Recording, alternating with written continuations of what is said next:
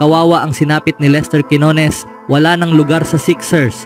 Jokic ibinunyag kung saan sila naging mahina ngayong season at Warriors si Kevon Looney ang unang mawawala sa trade deadline. Ngunit bago ang lahat, kung gusto nyo ng matibay na running shoes, new marathon sneaker, mabibili lamang sa halagang 2,100 pesos. I-click lamang ang link sa comment section. Philadelphia Sixers gumawa ng pagbabago sa roster matapos ang mga pagsubok kay Drummond at Joel Embiid. Kamakailan, nagkaroon ng malalaking suliranin sa frontcourt ang Philadelphia Sixers. Bilang resulta, iniulat na gagawa ang Sixers ng pagbabago sa kanilang roster at magpapalit ng mga players sa isang two-way deal. Ayon kay Michael Scotto ng Hoops Hype, plano ng Sixers na i-waive ang veteran guard na si Lester Quinones. Ang susunod na hakbang ay ang pagdaragdag kay Pete Nance, isang big man mula sa G League, ayon naman kay Tim Bontemps ng ESPN. Batay kay Scotto, ang hakbang para kay Nance ay dulot ng mga suliraning kinaharap ng Sixers kung saan sina Andre Drummond at Joel Embiid ay nakaranas ng mga setback na pumigil sa kanilang paglalaro. Bago ang training camp ng Sixers sa Bahamas, idinagdag nila si Quinones sa isang two-way contract matapos ang 2 taon nito sa Golden State Warriors. Nung nakaraang season, naglaro si Quinones sa 37 games kasama ang Warriors na may average na 4 points of 40% shooting from the field. Sa 3-point range, nagtala siya ng 37% ng kanyang mga attempts sa unang 41 games sa kanyang career. Simula nang sumali sa Sixers, 4 na laro lamang ang nilaruan ni Quinones ngayong season. Sa loob ng 17 minutong playing time, nagtala siya ng 9 points of 50% shooting.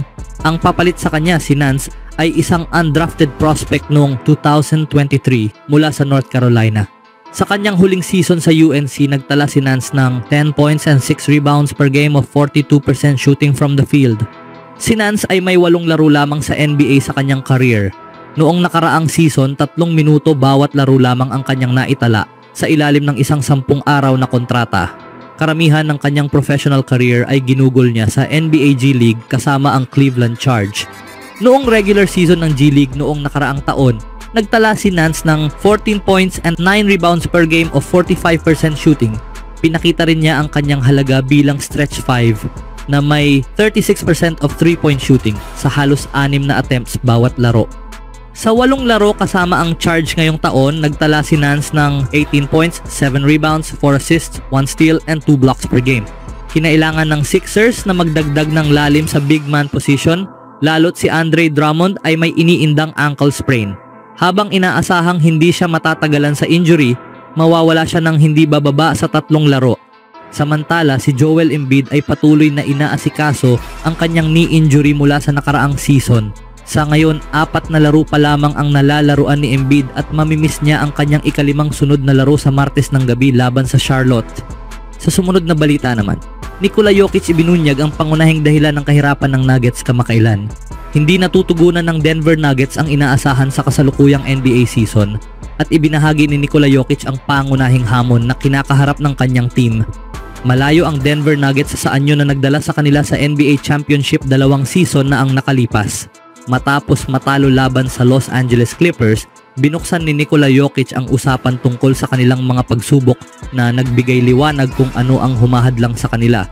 Sa kabila ng kahangahangang individual na performance ni Jokic, nagtala siya ng ika-8 triple-double sa season na may 28 points, 14 rebounds, and 11 assists. Hindi pa rin sapat ito upang ipanalo ang laban.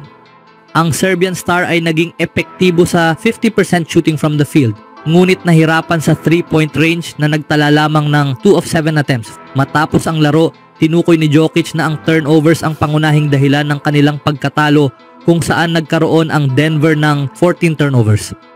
Sa tingin ko, iyon ang ginagawa namin, ani ni Jokic. Sa tingin ko, mahilig kaming mag-pass ng bola at madalas itong humahantong sa turnovers. Dagdag pa niya, nangyari na ito ilang linggo na ang nakalipas. Okay lang naman kapag sinusubukan mong gumawa ng tamang galaw.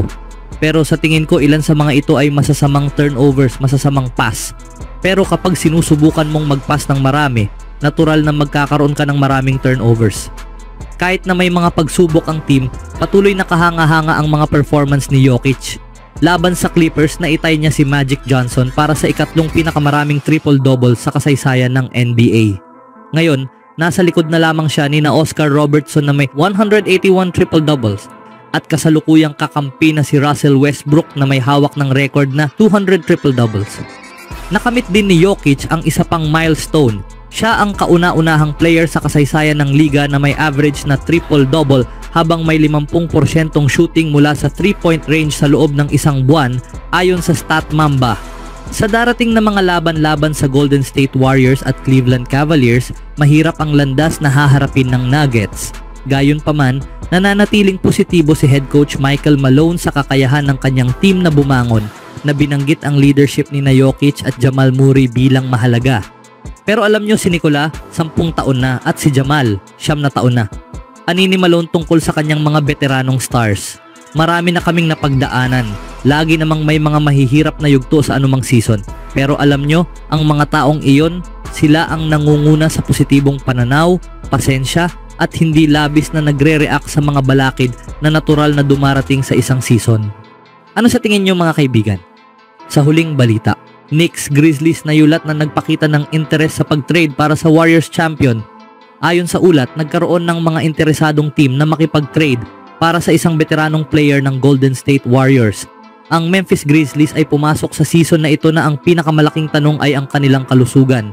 Dahil sa mga natamong injury noong nakaraang season, hindi nakapasok ang Grizzlies sa playoffs at pinili si Zach Edey sa lottery pick. Ngayon, bumalik na sina Ja Morant at iba pang players mula sa kanilang mga injury kaya't nagsimula ang Grizzlies sa season na may record na 14-7 na sapat para sa ikatlong pwesto sa Western Conference standings. Ito ay sa kabila ng pagkawala ni Morant sa 10 laro at ang iba pang mga pangunahing players na hindi rin nakalaro sa ilang bahagi ng season. Mukhang may potensyal silang maging contender kaya posibleng maging aktibo ang Grizzlies sa trade deadline. Sa isang kamakailang ulat ni Michael Scotto ng Hoops Hype, isiniwalat na ang team ay nagpakita ng interes sa isang Golden State Warriors champion. Ayon kay Scotto, sa wakas, ang sentro na si Kevon Looney ay nakatanggap ng exploratory trade interest mula sa Knicks, Thunder at Grizzlies noong maagang bahagi ng off-season bago nagdesisyon ang mga organisasyon na tahakin ng ibang direksyon ayon sa nalaman ng Hoops Hype. Si Looney ay may hindi tiyak na papel pagpasok ng season na ito. May posibilidad pa na nga noon na pakawalan siya ng Golden State sa off-season dahil tila nalampasan na siya ng batang sentro na si Trayce Jackson-Davis sa depth chart ni Steve Kerr. Ngunit dahil hindi pa ganap na umaabot si Jackson-Davis sa inaasahan ng Warriors sa kanyang sophomore year, nananatiling mahalagang bahagi ng rotation si Looney. Gayunpaman, ang naiulat na interes mula sa mga teams tulad ng Memphis, New York at Oklahoma City noong summer ay nagpapahiwatig na ang Warriors ay maaaring makahanap ng trade suitors kung sakaling magpasya silang i-trade si Looney na may expiring deal. Papakawalan na kaya nila si Kevon Looney? Ano ang masasabi niyo mga kaibigan?